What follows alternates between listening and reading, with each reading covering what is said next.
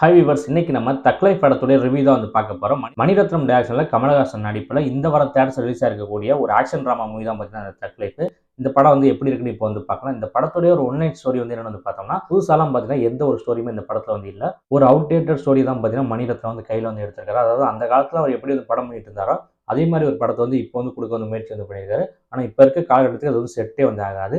எதுக்கு இப்படி எடுத்தாருன்னு வந்து தெரியல. அதாவது வழக்கமாக கேங்ஸ்டர் படங்கள்ல என்ன இருக்குமோ அதுதான் பார்த்தீங்கன்னா இந்த படத்துலேயே வந்து இருக்குது. இந்த கதை வந்து எப்படின்னா, வழக்கமாக கேங்ஸ்டருக்கும் இன்னொரு கேங்க்கு வந்து பிரச்சனை வரும். இங்கே அப்படி இல்லாமல் ஒரே கேங்குக்குள்ள சிவில் வார் நடக்குது. இதுதான் பார்த்தீங்கன்னா இந்த தக்லை படத்துடைய ஸ்டோரி. இதுக்கிடையில ஒரு சில விஷயங்கள் மட்டும் ஆட் பண்ணியிருக்காரு. இதுதான் பார்த்தீங்கன்னா தக்லை படத்தோட ஒரு ஒன்லைன் ஸ்டோரி. இது வந்து பார்த்தீங்கன்னா ரொம்ப சாதாரண ஸ்டோரி. இந்த மாதிரி ஸ்டோரிலாம் இந்த காலகட்டத்துக்கு சுத்தமாக வந்து எடுக்காது.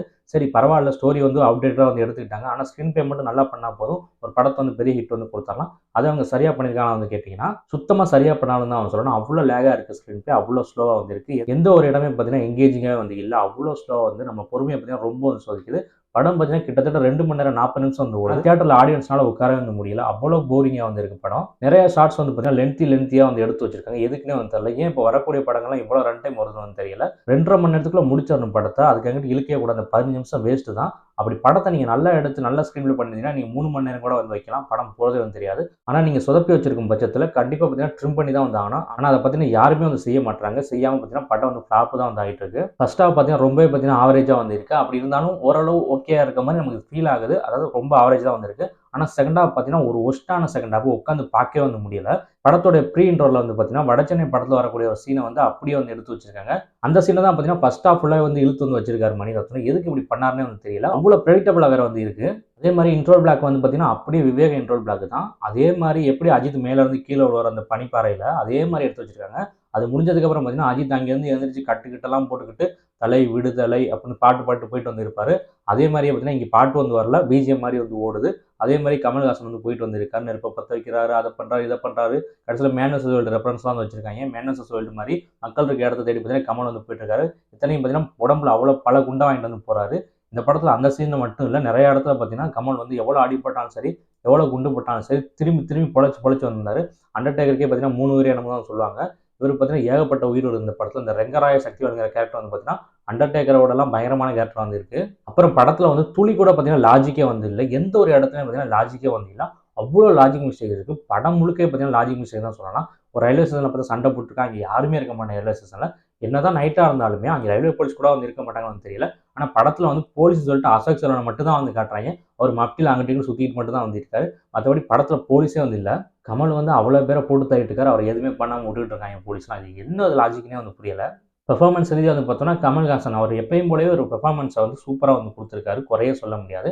இந்த ரெங்கராய சக்திவேல் கேரக்டர் வந்து பார்த்தீங்கன்னா நல்லாவே வந்து பண்ணியிருக்காரு. கிட்டத்தட்ட அவர் பார்த்தீங்கன்னா அவருடைய அந்த கவுண்டர்ஸ், அவருடைய டயலாக் டெலிவரி இதுதான் பார்த்தீங்கன்னா படத்தில் ஓவராலும் நம்மளை வந்து உட்காந்து வந்து பார்க்க வந்து வைக்குது. மற்றபடி படத்தில் பார்த்தீங்கன்னா ஒன்றுமே வந்து இல்லை. எஸ்டிஆர்லாம் வந்து படத்தில் ஒன்றுமே வந்து பண்ணலை. எஸ்டிஆர் வந்து அவர் கொடுத்த ரோல பெர்ஃபார்மன்ஸ் வந்து பண்ணியிருக்காரு. ஆனால் எஸ்டிஆர் வர சீன்லாம் பார்த்தீங்கன்னா நமக்கு ரசிக்க முடியாது வந்து இல்லை. ஏன் எஸ்டிஆர் நல்லா ஒரு தனியாக ஒரு ஹீரோ படம் எடுத்துட்டு போகலாம். எதுக்கு இந்த மாதிரி ரோல்லாம் வந்து பண்ணுறாருன்னு தெரியல. மணிரத்னத்துக்கு எஸ்டிஆர் மேலே என்ன கோவம்னு தெரியல. சிசியில் என்ன பண்ணாரோ அதான் பார்த்தீங்கன்னா இங்கேயே வந்து பண்ணியிருக்காரு. பெருசாக பெர்ஃபார்மன்ஸ்லாம் வந்து அவ்வளோவா நல்லா பண்ணாரு அப்படிலாம் சொல்ல முடியாது. ஓகேவா அது இருந்துச்சு. இந்த படத்தை நல்லா நடிச்சிருக்கக்கூடிய வேற யாருன்னு வந்து பார்த்தோம்னா ஐஸ்வர்யா லட்சுமி ஒரு ரோல் வந்து பண்ணியிருக்காங்க. அவங்களோட பெர்ஃபார்மன்ஸ் பார்த்தீங்கன்னா எக்ஸலண்டாக வந்துருச்சுன்னு சொல்லணும். மித்தபடி யாரோட பெர்ஃபார்மன்ஸ் வந்து பெருசாக சொல்கிற மாதிரி வந்து இல்லை. த்ரிஷாவோட ரோல்லாம் எதுக்கு தேவையில்லாத ரோலாக தான் வந்து தோணுச்சு. எதுக்கு அந்த ரோல் வச்சாங்கன்னு தெரியல.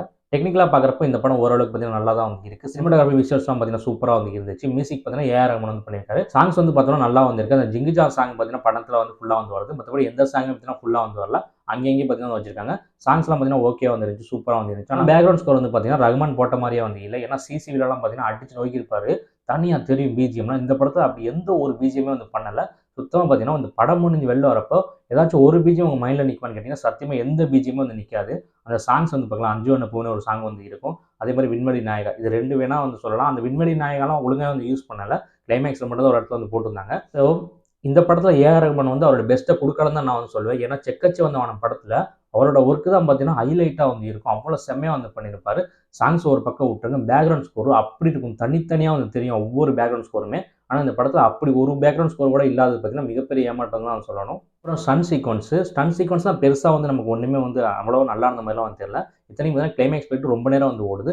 2 பேரும் மாற்றி மாற்றி வந்து அடிச்சுக்கிறாங்க. சிம்புவும் சரி, கமலும் சரி. அதை பார்த்தீங்கன்னா அவ்வளோ ஸ்பீடாக வந்து எடுத்து வச்சிருக்காங்க. ரன் டைம் இன்னும் அதிகமாக போயின்னு சொல்லிட்டு ஸ்பீடாக வச்சாங்கன்னு தெரியல. அதெல்லாம் பார்த்தீங்கன்னா ஒன்றுமே வந்து இல்லை. எதுக்கு அவ்வளோ நேரம் வந்து அடிச்சுக்கிட்டு இருக்காங்க, அதை எப்படி உட்காந்து பார்க்கறதுனே வந்து புரியல. ஆல்ரெடி படம் 2 மணி நேரம் 40 நிமிஷம். எதுக்கு சண்டைய வந்து ஒரு 15 நிமிஷத்துக்கு எடுத்து வச்சிருக்காருன்னு சுத்தமா வந்து புரியல. டக்குன்னு வந்து முடிச்சிருக்கான் அந்த சீனெல்லாம். படத்துல எவ்வளவோ இடங்கள்ல கட்டிங் போடுறதுக்கான இடம் வந்து இருக்கு. ஆனா எங்கேயோ வந்து கட் பண்ணாம விட்டுருக்காங்க. எல்லாத்தையுமே தான் லென்த்தி ஷாட்ஸ். ஸோ இதெல்லாம் பார்த்தீங்கன்னா நமக்கு ரொம்பவே பார்த்தீங்கன்னா போர் ஆயிடுச்சு. ஒட்டுமொத்தமா பார்க்குறப்போ இந்த படத்துக்கு எதுக்கு ஒரு தக் லைஃப்னு பேர் வச்சாரு? இந்த சீனை ஏன் இப்படி எடுத்தாரு? இவரை ஏன் கொன்னாரு? அவரை ஏன் கொன்னாரு? எதுக்கு இப்படி முடிச்சாருன்னு படம் முடிஞ்சோன்னா உங்களுக்கு அவ்வளோ கேள்வி வந்து இருக்கும். கண்டிப்பா மணிரத்னத்தை யோசிக்காம இந்த படத்தை விட்டு போக மாட்டீங்க. அவ்வளோ மொக்கையா வந்து ஒரு படத்தை வந்து எடுத்து வச்சிருக்காரு. இது ஒரு காட்டு குப்பை படம்னு கூட வந்து சொல்லலாம். அவ்வளோ மொக்கையா வந்திருக்கு. 2025 ஒரு ட்ரோல் மெட்டீரியல் படமா இந்த படம் இருக்குங்கிறதுல சந்தேகமே வந்து இல்ல.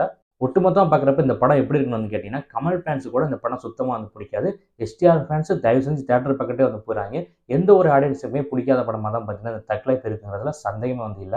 இந்த படத்துக்கு என்னோட ரேட்டிங் வந்து 5க்கு 1.5 வந்து கண்டிப்பா ஸ்கிப் பண்ணக்கூடிய ஒரு படம் தான் பார்த்தீங்கன்னா, இந்த தக் லைஃப். தொடர்ந்து சினிமா ரிவ்யூஸ் பார்க்குறதுக்கு, சினிமா சம்பந்தமான சுவாரஸ்யமான வீடியோஸ் வந்து பார்க்குறதுக்கு மறந்துடாம நம்ம சேனல் வந்து சப்ஸ்கிரைப் பண்ணி வச்சுக்கங்க.